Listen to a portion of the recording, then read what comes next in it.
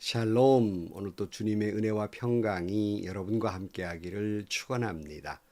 오늘 또 주님과 동행하시고 말씀을 깊이 묵상하면서 말씀에 순종하는 복된 하루가 되시기를 주님의 이름으로 간절히 축원합니다. 오늘 아침 하나님께서 우리에게 허락해 주신 말씀은 누가복음 13장 1절에서 9절 말씀입니다. 바로 그때에 몇몇 사람이 와서 빌라도가 갈릴리 사람들을 학살해서 그 피를 그들이 바치려던 희생 제물에 섞었다는 사실을 예수께 알려드렸다. 예수께서 그들에게 대답하셨다. 이 갈릴리 사람들이 이런 변을 당했다고 해서 다른 모든 갈릴리 사람보다 더 큰 죄인이라고 생각하느냐? 그렇지 않다. 내가 너희에게 말한다. 너희도 회개하지 않으면 모두 그렇게 망할 것이다. 또 실로암에 있는 탑이 무너져서 치여 죽은 18사람은 예루살렘에 사는 다른 모든 사람보다 더 많은 죄를 지은 사람이라고 생각하느냐? 그렇지 않다. 내가 너희에게 말한다. 너희도 회개하지 않으면 모두 그렇게 망할 것이다. 예수께서는 이런 비유를 말씀하셨다. 어떤 사람이 자기 포도원에다가 무화과 나무를 한 그루 심었는데 그 나무에서 열매를 얻을까 하고 왔으나 찾지 못하였다. 그래서 그는 포도원지기에게 말하였다. 보아라, 내가 새해나 이 무화과 나무에서 열매를 얻을까 하고 왔으나 열매를 본 적이 없다. 찍어버려라. 무엇 때문에 땅만 버리게 하겠느냐? 그러자 포도원지기가 그에게 말하였다. 주인님, 올해만 그냥 두십시오. 그동안에 내가 그 둘레를 파고 거름을 주겠습니다. 그렇게 하면 다음 철에 열매를 맺을지도 모릅니다. 그때에 가서도 열매를 맺지 못하면 찍어 버리십시오. 아멘. 우리는 몇 달 전에 욥기를 같이 살펴봤잖아요. 우리는 욥기를 보면서 욥의 고난을 보면서 우리는 욥을 위로한다는 새 친구가 찾아와서 욥에게 어떤 말을 했어요? 너 이런 어려움을 겪는 거 보니까 뭔가 죄를 진 거 있지 않겠느냐? 회개하라. 이렇게 말했죠. 그때 우리가 같이 보면서 이들의 마음속 깊은 곳에는 이 율법적 그런 생각이 가득 찼는데 그들의 전통, 그것은 인과응보였어요. 이런 일을 당하는 건 죄 때문이라는 생각을 갖게 됩니다. 그러면 이 마음은 반대로 말하면 어떨까요? 이런 일을 당하지 않는 새 친구는 어떻다는 얘기예요? 자기들은 죄 없다는 영적 교만이 거기에 숨어져 있는 겁니다. 그러니까 유대인들의 생각은 늘 권성징악을 늘 생각하는 겁니다. 그래서 사람들에게 일어나는 모든 안 좋은 일들, 예를 들어서 병들었거나 사고를 당했거나 자식에게 어려움이 있거나 뭐 이런 일들은 다 하나님으로부터 벌 받는다. 잘 못 믿어서 벌 받는다. 이런 생각을 갖게 되었던 것입니다. 오늘 본문 말씀에 이 비슷한 사건이 일어나는데요. 예루살렘 십자가를 향해 예수님이 걸어가고 가셨을 때 몇 사람이 와서 이런 말을 합니다. 13장 1절 말씀. 곧 그때에 몇몇 사람이 와서 빌라도가 갈릴리 사람들을 학살해서 그 피를 그들이 바치려던 희생제물에 섞었다는 사실을 예수께 일러드렸다. 이 말씀을 이해하려면 이 당시 무슨 일이 났나 알아야 되잖아요. 사건의 배경은 이렇습니다. 빌라도가 예루살렘에 물을 끓여오게 수로를 만드는데 돈이 필요하잖아요. 그 돈을 성전 헌금을 유용하게 됩니다. 그러니까 유대인들이 이걸 참아볼 수가 없지요. 그러니까 여기에 반발을 했던 거예요. 화가 난 빌라도가 성전에서 사람을 학살합니다. 근데 그 죽은 사람들이 누구였냐? 하필이면 갈릴리 사람이었다는 것입니다. 그래서 그들의 피가 그들이 바치려던 이 희생의 제물과 섞였다. 그런 말이에요. 이런 끔찍한 학살의 사건이 있어서 이걸 예수님께 고했던 겁니다. 또 하나 사건이 그 다음 4절에 나와요. 또 실로암에 있는 탑이 무너져서 치여 죽은 18사람은 예루살렘에 사는 다른 모든 사람보다 더 많이 죄를 지은 사람이라고 생각하느냐. 또 실로암 망대는 또 뭔가? 이 실로암 망대는 바로 이 수로를 지키는 망대였단 말이에요. 근데 이것이 무너졌어요. 이거는 학살이 아니고 사고로 죽은 사람들이 있었다 하는 거예요. 우리는 이런 사건을 보면서 매우 마음이 안타깝게 생각을 하고 안쓰러워합니다. 뭐 이런 것은 이때만이 아니라 때로는 학살을 당하는 사람도 있고 사고를 당해서 죽는 사람도 있고 뭐 그런 것이 사건 사고가 늘 있지 않습니까? 근데 문제는 우리 마음에 어떤 생각을 갖느냐는 거예요. 당시의 유대인들의 생각처럼 인과응보, 아니 멀쩡한 망대가 왜 무너져? 그래 왜 그 사람이 죽어? 아마 그 사람 뭐 죄진 거 아니야? 하필이면 성전에 그때 갈릴 사람들이 있어서 빌라도가 화냈을 때 학살을 당할 게 뭐야? 그 사람 뭔가 하나님 앞에 벌 받은 거야? 이런 생각을 갖는 게 아니냐는 거예요. 그럼 우리는 어때요 요즘? 누가 교회 다니는 사람 중에 누가 갑자기 차에 치여 죽거나 끔찍한 사건이잖아요. 뭐 상상도 오고 싶지 않잖아요. 갑자기 몹쓸 질병에 걸렸다고 칩시다. 마음속에 은연중에 그 사람 혹 뭐가 잘못 죄진 거 아니야? 그래 빨리 죽은 거 아니야? 이런 생각을 갖게 된다는 거예요. 그 반면에 자기는 뭐예요? 나는 그런 일 안 당했으니까 반면에 나는 어떤 사람이에요? 나는 하나님 앞에 죄 안 지은 사람이에요. 이런 교만이 숨겨져 있더라 그런 말씀이에요. 그래 주님이 이렇게 말씀하시는 거예요. 2절 말씀에 예수께서 그들에게 대답하셨다. 이 갈릴리 사람들이 이런 변을 당했다고 해서 다른 모든 갈릴리 사람보다 더 큰 죄인이라고 생각하느냐? 그렇지 않다. 내가 너에게 말한다. 너희도 회개하지 않으면 모두 이렇게 망할 것이다. 이렇게 말씀하고 있고 또 망대 사건을 말씀하시면서 4절 말씀에 실로암에 있는 탑이 무너져 치여 죽은 18사람은 예루살렘에 사는 다른 모든 사람보다 더 많이 죄를 지은 사람이라고 생각하느냐? 그렇지 않다. 내가 너에게 말한다. 너희도 회개하지 않으면 모두 그렇게 망할 것이다. 그러니까 예수님은 사람들의 생각에 정곡을 찌른 거예요. 그러니까 사람들은 이런 사건 사고 당한 거 보니까 죄 때문이야. 뭐 이런 생각을 그들이 가지고 있었기 때문에 꼭 그것만은 아니다는 거예요. 죄를 말하려면 그 성전에서 살해를 당한 사람이나 사고로 죽은 사람이나 너희들이나 죄를 말한다면 같다 하는 말씀이에요. 왜 이런 말씀을 해요?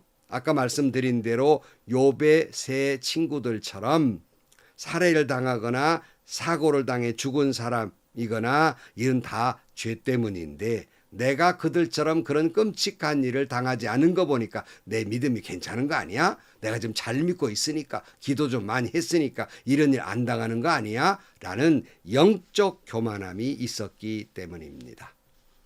주님은 말씀하십니다.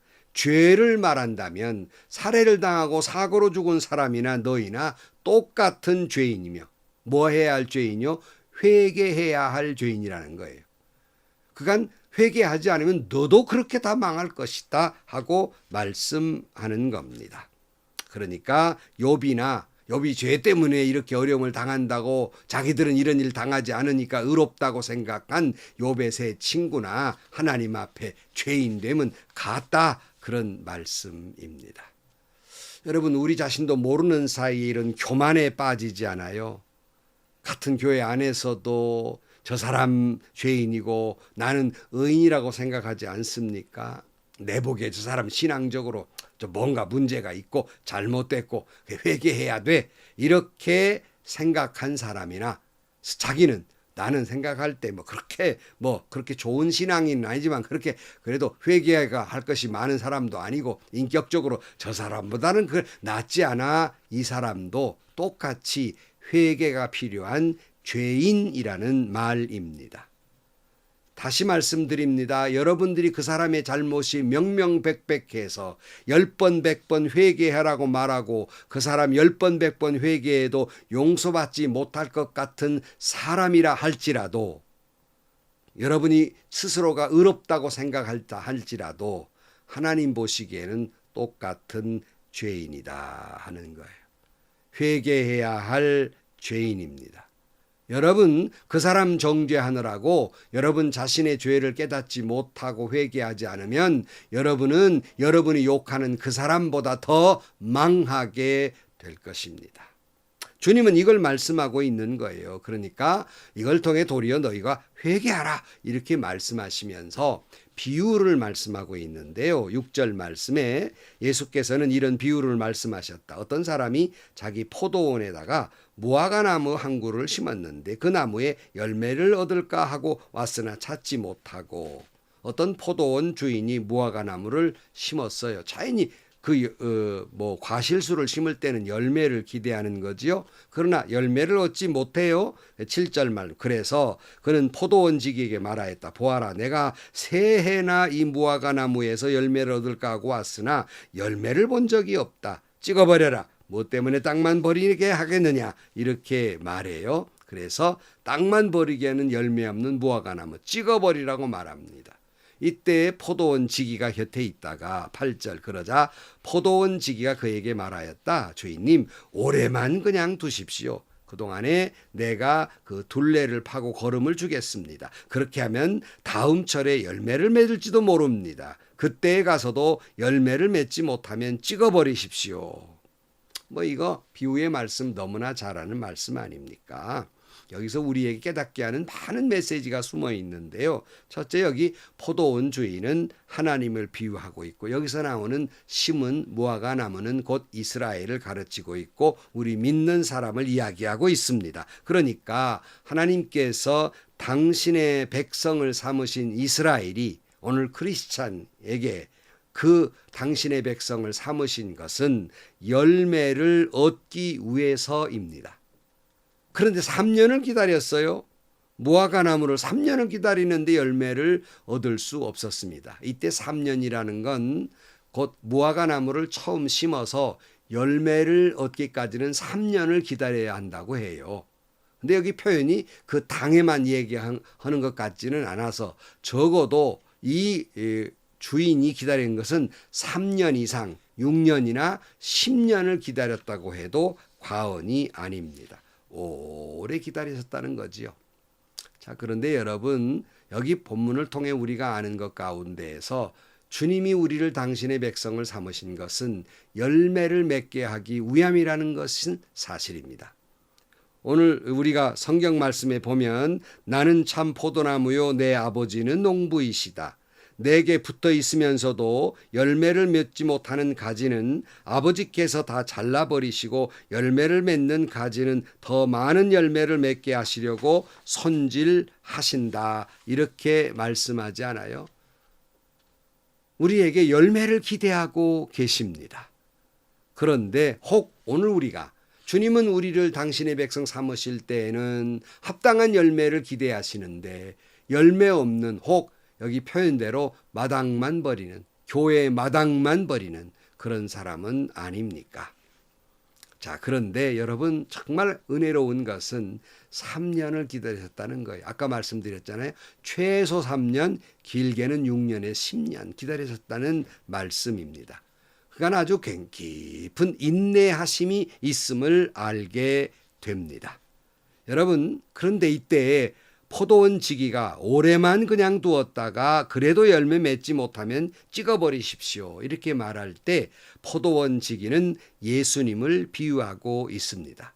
그러니까 예수님께서 지금도 우리를 위해 중보하고 계시다는 겁니다.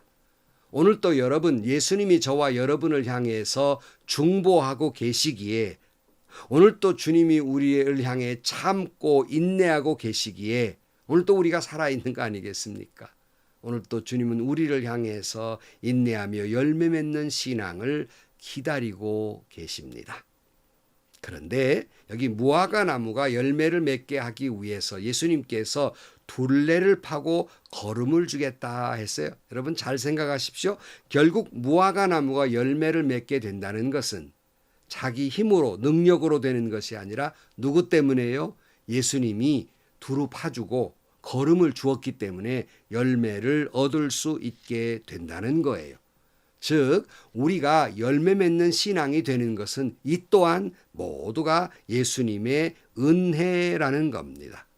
주님은 우리에게 열매 맺는 신앙을 주시기 위해서 두루 파고 걸음을 주시는데 두루두루 돌봐주시면서 열매 맺는 신앙을 갖게 하기 위한 환경도 만들어주고 말씀의 걸음도 주시며 가르쳐 주셔서 우리로 하여금 열매 맺도록 역사해 주신다는 거예요. 그러므로 우리가 어떤 작은 열매라도 열매 맺는 신앙인이 된다는 것은 곧 예수님의 은혜다. 그러므로 우리가 아무리 열매 있는 신앙인이 된다 할지라도 자랑할 것이 없는 것은 오직 주님의 은혜이기 때문입니다. 갈라디아 6장 14절 말씀에 그런데 내게는 우리 주 예수 그리스도의 십자가 밖에는 자랑할 것이 아무것도 없습니다. 그리스도로 말미암아 내 쪽에서 보면 세상이 죽었고 세상 쪽에서 보면 내가 죽었습니다. 그랬어요.